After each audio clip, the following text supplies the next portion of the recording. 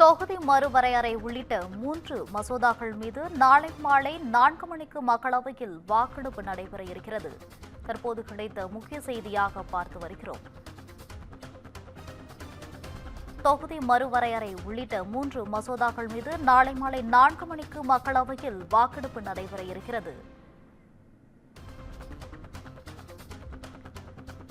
தொகுதி மறுவரையறை உள்ளிட்ட 3 மசோதாக்கள் மீது நாளை மாலை 4 மணிக்கு மக்களவையில் வாக்கெடுப்பு நடைபெற இருக்கிறது. நாடாளுமன்ற விவகாரத்துறை அமைச்சர் கிரண் ரிஜிஜு மக்களவையில் தகவல் தெரிவித்திருக்கிறார். 3 மசோதாக்கள் மீதான விவாதம் 15 முதல் 18 மணி நேரம் வரை நடைபெறும். தற்போது கிடைத்த முக்கிய செய்தியாக பார்த்து வருகிறோம். தொகுதி மறுவரையறை உள்ளிட்ட 3 மசோதாக்கள் மீது நாளை மாலை 4 மணிக்கு மக்களவையில் வாக்கெடுப்பு நடைபெற இருக்கிறது. நாடாளுமன்ற விவகாரத்துறை அமைச்சர் கிரண் ரிஜிஜு மக்களவையில் தகவல் தெரிவித்திருக்கிறார். 3 மசோதாக்கள் மீதான விவாதம் 15 முதல் 18 மணி நேரம் வரை நடைபெறும் என தெரிவிக்கப்பட்டிருக்கிறது. தொகுதி மறுவரையறை உள்ளிட்ட 3 மசோதாக்கள் மீது நாளை மாலை 4 மணிக்கு மக்களவையில் வாக்கெடுப்பு நடைபெற இருக்கிறது. நாடாளுமன்ற விவகாரத்துறை அமைச்சர் கிரண் ரிஜிஜு மக்களவையில் தகவல் தெரிவித்திருக்கிறார். 3 மசோதாக்கள் மீதான விவாதம் 15 முதல் 18 மணி நேரம் வரை நடைபெறும் என தெரிவிக்கப்பட்டிருக்கிறது. தற்போது கிடைத்த முக்கிய செய்தியாக பார்த்து வருகிறோம்.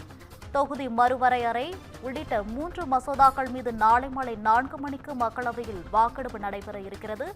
நாடாளுமன்ற விவகாரத்துறை அமைச்சர் கிரண் ரிஜிஜு மக்களவையில் தகவல் தெரிவித்திருக்கிறார். 3 மசோதாக்கள் மீதான விவாதம் 15 முதல் 18 மணி நேரம் வரை நடைபெறும் என தெரிவிக்கப்பட்டிருக்கிறது. இதை குறித்த கூடுதல் விவரங்களுடன் இணைகிறார் எமது சிறப்பு செய்தியாளர் காவ்யா அவர்கள். காவ்யா, வணக்கம். தொகுதி மறுவரை உள்ளிட்ட 3 மசோதாக்கள் மீது நாளை மாலை 4 மணிக்கு மக்களவையில் வாக்கெடுப்பு நடைபெற இருக்கிறது. இது குறித்த கூடுதல் விவரங்களை தற்போது பகிரலாம்.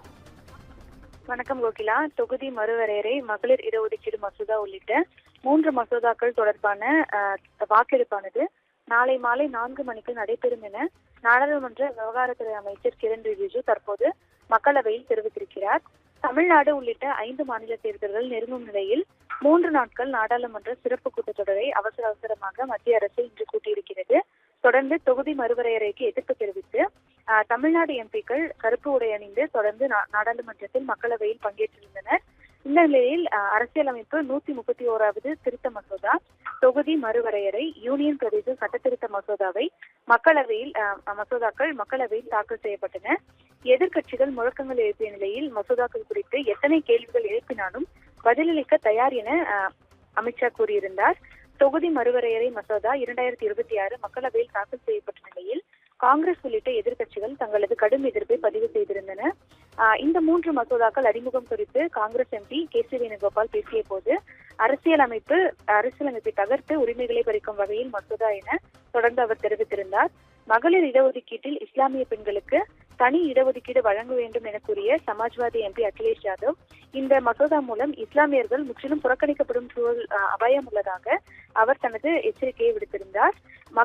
அதாவது 2023 மகளிர் இடஒதுக்கீட்டு மசோதாவை தொடர்ந்து வலியுறுத்தவே விரும்புவதாக திமுக நாடாளுமன்ற குழு தலைவர் டி.ஆர். பாலு தெரிவித்திருந்த நிலையில் தொகுதி மறுவரையறைக்கு திமுக எப்போதும் எதிராகவே நிற்கும் என அவர் திட்டவட்டமாக தெரிவித்திருந்தார்.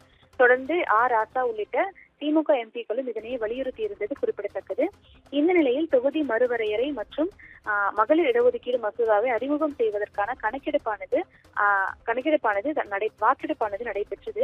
மக்களவையில் இந்த வாக்கெடுப்பு நடைபெற்ற போது 2 மசோதாக்களையும் அறிமுகம் செய்ய 207 எம்பிக்கள் ஆதரவாகவும் தொடர்ந்து 126 எம்பிக்கள் எதிராகவும் வாக்களித்திருந்தனர். 86 நாடாளுமன்ற உறுப்பினர்கள் இன்றைய மக்களவை கூட்டத்தில் பங்கேற்காதது குறிப்பிடத்தக்கது. எதிர்க்கட்சி உறுப்பினர்கள் 200க்கும் மேற்பட்டோர் உள்ள நிலையில் 126 பேர் மட்டுமே இன்று பங்கேற்றிருந்தனர். மக்களவையில் 543 உறுப்பினர்கள் உள்ள நிலையில் அவைக்கு 333 பேர் மட்டுமே வந்ததும் குறிப்பிடத்தக்கது. இந்த நிலையில் தொடர்ந்து 3 மசோதாக்கள் நிறைவேற்றும் சம்பந்தமாக நாடாளுமன்ற விவகாரத்துறை அமைச்சர் கிரண் ரிஜிஜு மக்களவையில் பேசியிருந்தார். அப்போது 3 மசோதாக்கள் தொடர்பாகவும் 15 முதல் 18 மணி நேரம் வரை தொடர்ந்து விவாதம் நடைபெறும் என அவர் மக்களவையில் தெரிவித்தார். அதன்படி நாளை மாலை 4 மணிக்கு மசோதாக்கள் நிறைவேற்றுவதற்கான வாக்கெடுப்பு என்பது நடைபெறும் என தெரிவிக்கப்பட்டிருக்கிறது.